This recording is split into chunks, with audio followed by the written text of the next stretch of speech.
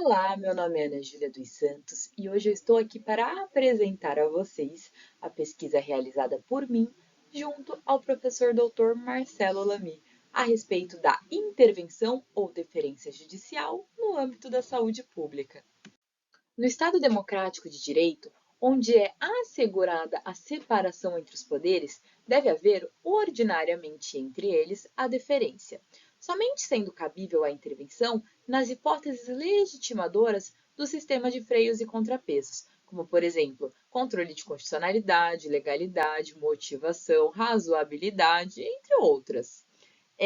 Vamos conceituar intervenção e deferência judicial para que então nos debrucemos em nossa pesquisa.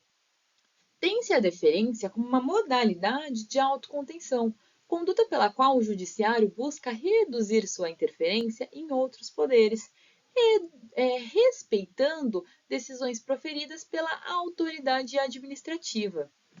Enquanto a intervenção ela é a possibilidade de um direito ser garantido por juízes quando não há legislação ordinária que regule, contudo, há previsões constitucionais. Nesse caso, o judiciário ele vai estar assumindo o papel ativo e criando medidas objetivas que visam assegurar os direitos previstos no ordenamento constitucional, enquanto não surgir a lei. Também pode ser considerado interferente o judiciário quando impõe a sua interpretação a respeito de um texto legal. A partir desses conceitos, nós passamos a analisar algumas decisões proferidas pelo Superior Tribunal de Justiça a fim de identificar se este tribunal tem agido de fato com maior intervenção ou deferência no campo específico da saúde pública. Este foi o problema ao qual nos debruçamos e temos como objetivo constatar de modo empírico, em casos concretos relacionados, como eu disse, à saúde pública, qual é a postura adotada pelo STJ. A pesquisa, como eu disse, ela foi desenvolvida através da análise de decisões proferidas pelo tribunal, valendo-se da técnica dos repetitivos no âmbito da saúde pública. O STJ, ele é o guardião da lei infraconstitucional. É a corte responsável por uniformizar a interpretação da lei federal em todo o território brasileiro. E o método utilizado na pesquisa foi a análise lógica, premissas, conexões e inalações dos textos, que foram votos condutores e concorrentes, que compõem os acordos inter-teor que fixaram teses vinculantes sobre saúde pública. Então, em primeiro lugar, nós selecionamos quais seriam os temas objetos de análise no portal do STJ. Escolhemos o 84, o 98 e o 106. E nesses temas, nós nos debruçamos e nos aprofundamos, valendo-se da técnica da análise de conteúdo e do discurso. Selecionamos algumas categorias de análise. Quais sejam? Tema em discussão, o número do recurso especial, qual era a questão jurídica que estava ali sendo debatida, qual foi o problema fático enfrentado nesta discussão, quais foram os argumentos relevantes e centrais que fundamentaram o julgamento, e separamos em fundamentos legais e norma interpretada, assim como quais foram os pressupostos ou argumentos não identificados na tese, contudo presentes nos votos condutores ou concorrentes. Isso foi muito importante, já eu vou explicar por quê. Por fim, deixamos também um campo de observações sobre o caso, para que pudéssemos apontar considerações não categorizáveis. E aí, após a análise interpretativa de cada um desses temas individualmente, nós identificamos quais eram os argumentos relevantes e centrais de cada discussão, bem como quais eram os pressupostos fáticos não mencionados na tese. Quando buscamos um tema repetitivo no site do STJ, estamos diante desta tabela, em que se mostra qual é o tema, qual a questão submetida a julgamento, qual a tese firmada, se é de repercussão geral e anotações. É isso que temos. Com base nisso, eu e o professor Dr. Marcelo Lamy inovamos ao criar esta tabela que estamos diante, que seria o modelo ideal para constar no site do STJ, e eu já explico a razão, em que haveria os pressupostos fáticos, os jurídicos, a norma interpretada, a tese fixada, quais foram os fundamentos determinantes da tese e o que ela não revela.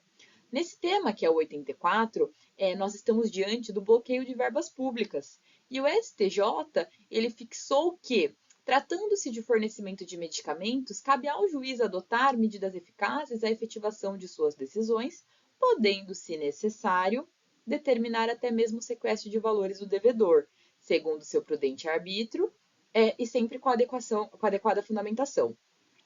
Só que há argumentos ou pressupostos que a tese não revela, mas que foram fundamentais para a sua criação, como, por exemplo, a necessidade da aquisição do medicamento ser urgente e impostergável, sob pena de grave comprometimento da saúde do demandante.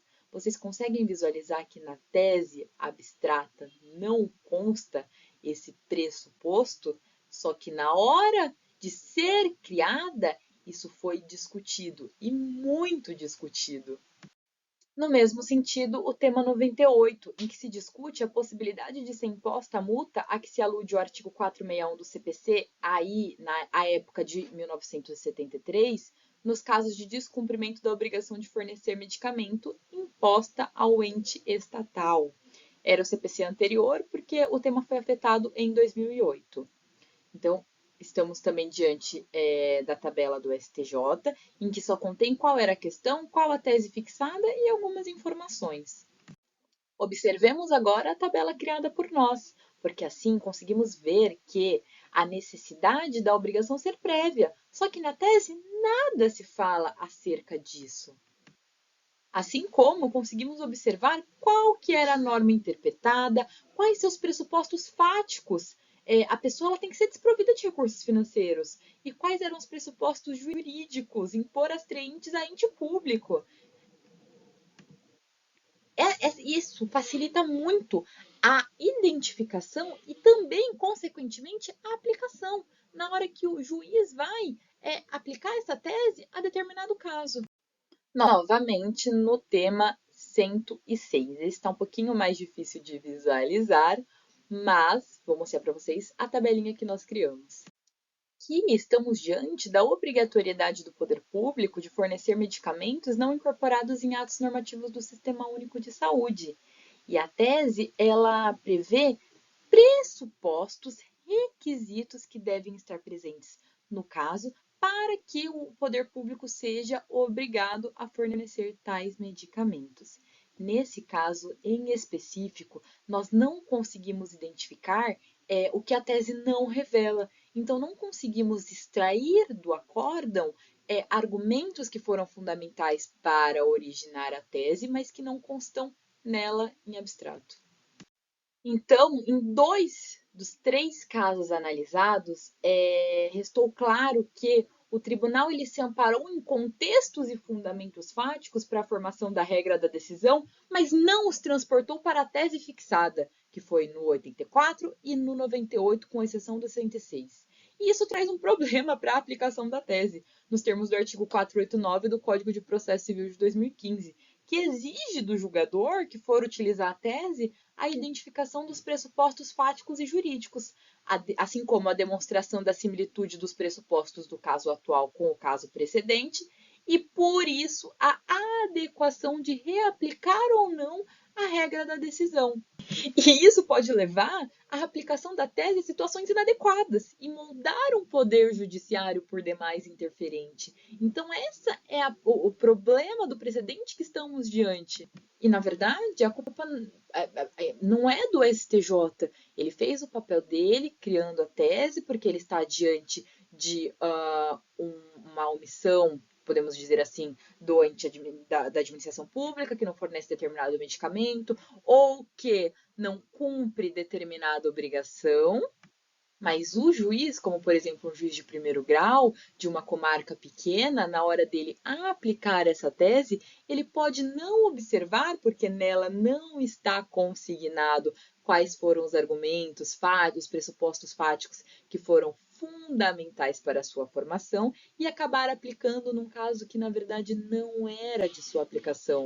Nos casos analisados, constatou-se a interferência. Nos três estamos diante da interferência, só que ela foi amplamente justificada. O deslocamento da tese dos seus fundamentos justificadores pode implicar em uma aplicação indistinta da tese e, por isso, em um judiciário extremamente interferente. Então, a análise crítica dos dados permite tecer considerações finais, embora limitadas ao universo de nossa análise, a respeito da intervenção da deferência judicial no âmbito da saúde pública. Nós podemos extrair da análise do discurso, que se vale de vários argumentos, que o STJ ele se alinha à deferência, mas ele não se vê intimidado a interferir quando está ancorado em fortes argumentos. Então, como eu disse, se alinha à deferência, mas diante de uma omissão, diante de um descumprimento de um direito garantido na Constituição Federal, ele vai intervir bem fundamentando. E, de outro lado, o modelo de análise consolidado pelos autores desvelou-se com outras utilidades. A explicitação da tese vinculante com as categorias utilizadas seria uma forma do tribunal divulgar mais adequadamente a sua posição interpretativa, evitando que o texto da tese divulgada fosse tratado com o que realmente não é, um texto em abstrato. Essas foram as referências utilizadas em nossa pesquisa, que em breve, se tudo der certo, será publicada. E foi um prazer apresentá-las a você.